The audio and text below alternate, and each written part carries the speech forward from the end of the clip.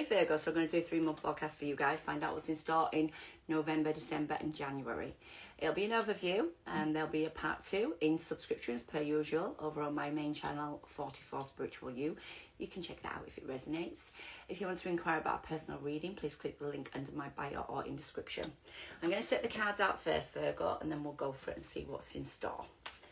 Right, so let's do November. Okay. December. I didn't trust that one. December, there it is.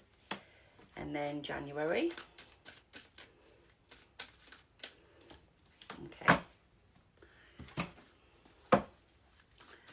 November. December. I don't think that's straight, is it? Oh my God, I get all funny. I'm like you Virgos. I am a rising Virgo, so I'm quite particular. But there we go. December. Okay, I like that. And then January. Okay, a lot of Scorpio and Cancer energy. But we'll go into it as we get into it, as we do. This is really annoying me. I'm sorry. Anyway, let's keep going, because, yeah. Right. December. And January. Okay, right, let's get the tarot out and find out a little bit about your energy as well. So this is for Virgo. This will be a main bit of your energy. I don't know what I'm doing here, so I'm not going to do anything. I'm just going to flow with it.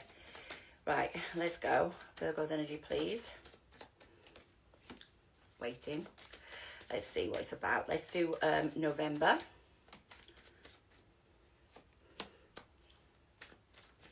Queen of Swords. December. And then January. Okay, wow. I've got a bit of a mixed bag here for you, Virgos. I don't know what's going down, but we'll go through it bit by bit, obviously, and we'll get to where we need to go when we get there. Right, so the overall energy for you is that you're waiting for something. You're waiting to put work into something. It could be in your career. It could be something is growing, but it's going really slowly, and sometimes that can be frustrating. As you're a pentacle, it could be that you're really wanting something to grow. And the seeds are setting, but it's not growing as quickly as you wanted it to. We'll find out more about that in part 2. Right, so let's start in November. The first card, it says it's a heart-to-heart conversation. Honestly, discuss your feelings with each other. Then it says you and your loved ones are safe. That's a new moon in Cancer, as well as something is meant to be. I'm not sure what's meant to be with the Queen of Swords, because the Queen of Swords is a very cold, detached energy. There could have been a cut-off in November. Someone could have put their sword up. You could have put your sword up. We've got Aquarius energy, so it's something to do with standing your ground maybe as well. We'll see. We'll see. It could be something to do with your career. Yeah, let's go and find out a little bit more about you there, Virgo, in the month of November. Knowing your worth, that's also good energy for Virgo. Wow. Back and forth on something. Something to do with your singlehood, self-reliant, self-sufficient, independent energy. You might have cut someone off, you might have cut a situation off, or you might be really focused, because it could be about your career on standing strong and going towards something to make yourself feel more ambitious, secure, stable, whatever it is, with that 9 of Pentacles. We've got a 2 of Swords, so you're back and forward over something. You're back and forward, and it's regarding your strength as well. So you're trying to remain strong. You're trying to remain calm or tame yourself. You know what it feels to me? It feels like you've had a really serious cut off, or something's been really cold and detached in November, and you're now become single and you're not knowing what to do with that information. You're just sort of working through some stuff. It could be that you're waiting for somebody as well, Virgo, because we've got the 7 of Pentacles here, waiting to maybe put more energy into you, waiting for things to calm down a bit. I'll have to find out with the clarifiers, but we have got a decision that needs to be made, or a decision was made to cut something off, and now you're trying to be strong and remain single, self-reliant, self-sufficient on that situation. Could also be you knowing your worth in something to do with your career as well. Right, 2 more cards, please, for Virgo. We've got wounded and exhausted, and we've got death. So dramatic. The death of a situation, you're wounded from that. There is a Wheel of Fortune with the King of Wands, something you feel passionate about. Leo, Sagittarius, Aries. There's a balancing of something out that's meant to be maybe here, coming forward. We'll find out as we go across, because we've got some ups and downs. I feel like, you know, we've got January is looking like there's a boundary in play. But then you've got December, which we'll go through now. Looks like there's an option in love, or there's a situation in a soul connection. You've got calling in your soulmate. Does it actually say that? No, it says give your relationship a chance. I apologise, Virgo. Work on your partnership. And it's also saying don't let the past hold you back. And then we've got the past here. So something obviously regarding the past is holding you back. Maybe that's what this is here in November. And you're trying to close out the cycle here, or try to close out this wounds or exhaustion that you feel.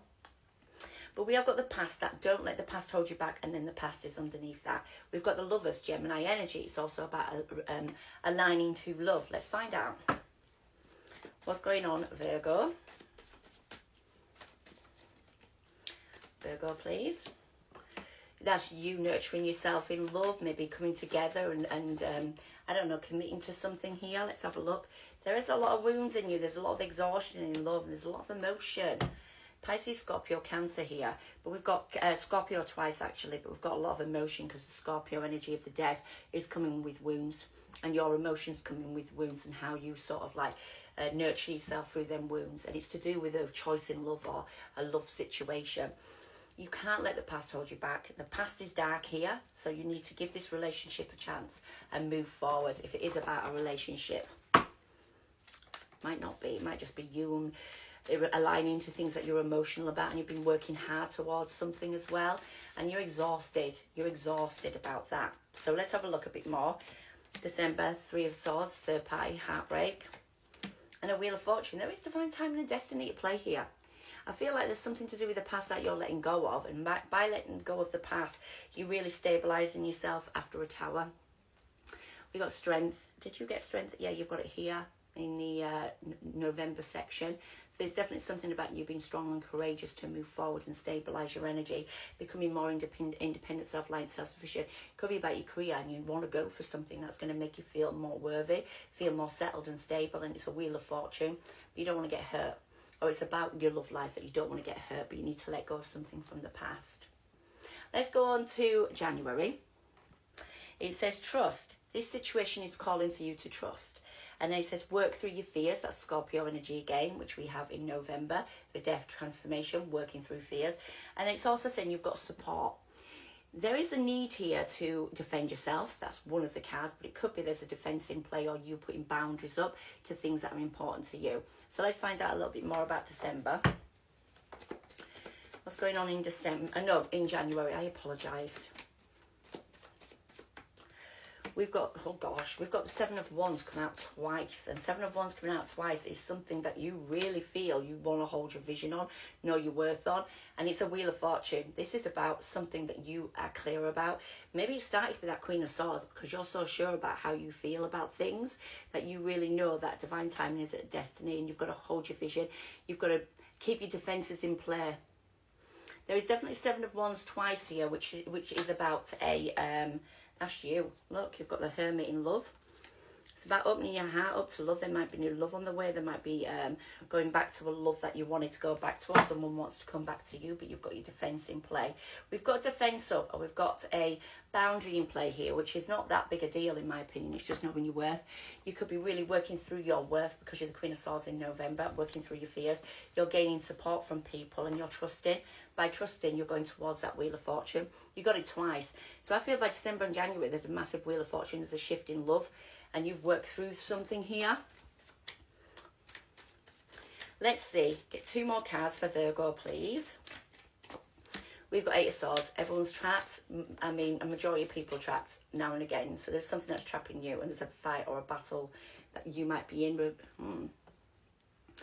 Regarding the growth, birth and nurturing of something. And we've also got Temperance, which is about balance and equality. We've also got Temperance as being stability, you know, like alchemizing a situation and a celebration. there is a battle. There's a hope and wish and want to maybe move forward and grow, birth and nurture something, but there's a massive battle around you, and you're stuck in your head, or someone's in their head about it. And it could be that's why you've got the Seven of Wands.